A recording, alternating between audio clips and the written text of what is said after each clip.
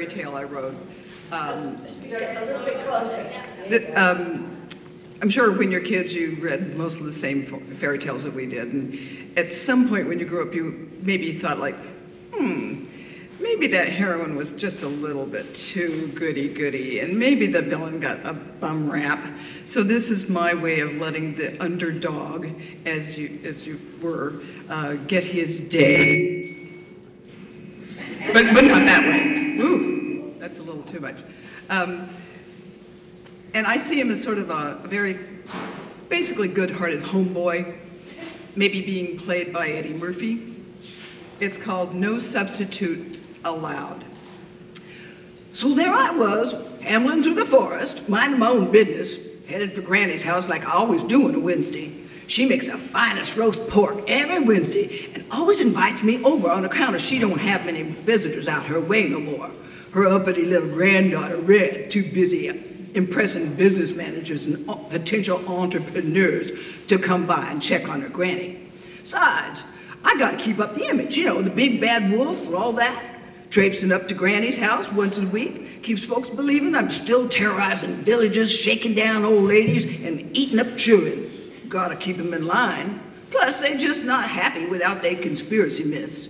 Truth is, I ain't that fond of eating stringy old humans anyway. The stuff them folks eat.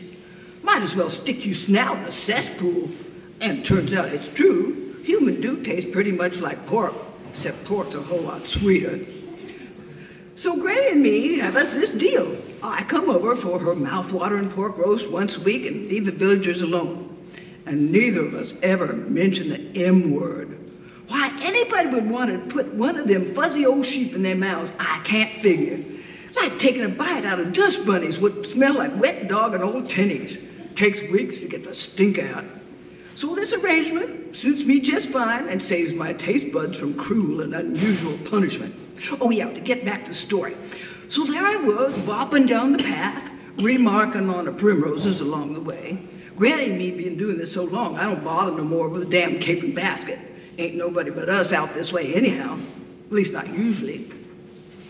I'm just about to her door, what's got all those curly-cue doohickeys on it, up on my hind legs like you do when you're about to knock, when I hear this snotty little nasal shriek. Oh my God, who is that atrocious Neanderthal about to go into Granny's house? Bree, take a look.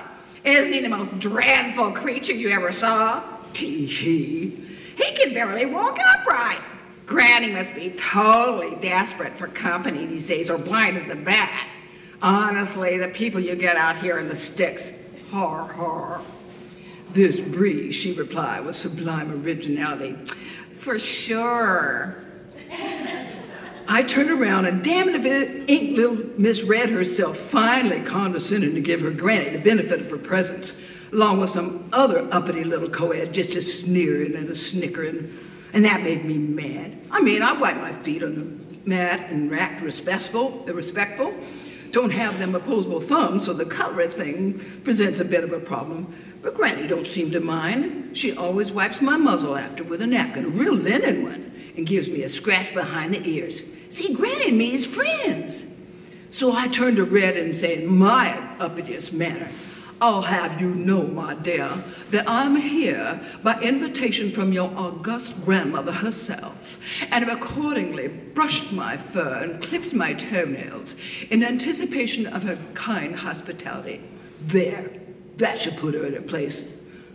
But no, she just laughs that silly little trill those hoity-toity girls do in all the fairy tales, cheese girl joining in with a snort. Well, Red says, if that's the best you can do, and commences to tittering again. Right about now, I'm starting to work up a Jones for some girly flesh.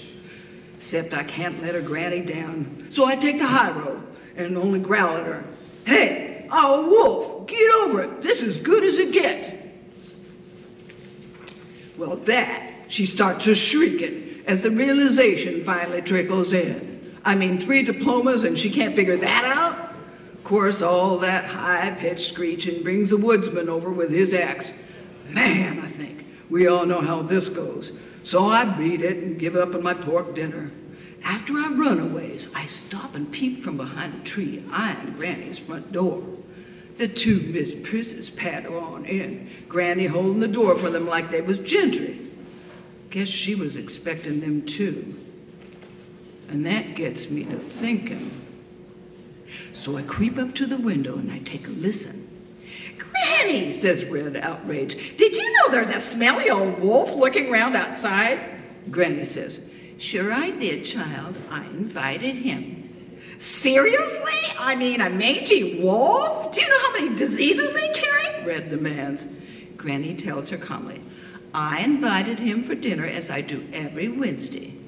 I grinned to myself, feeling, whatchamacallit, vindicated. That's the word. Red's mind is clearly blown. She sputters angrily. Really? Well, what were you planning on having for dinner? Wolf, Granny says and shrugs.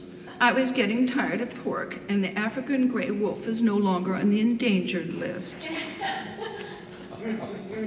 Man, I legged it out of there lickety-split.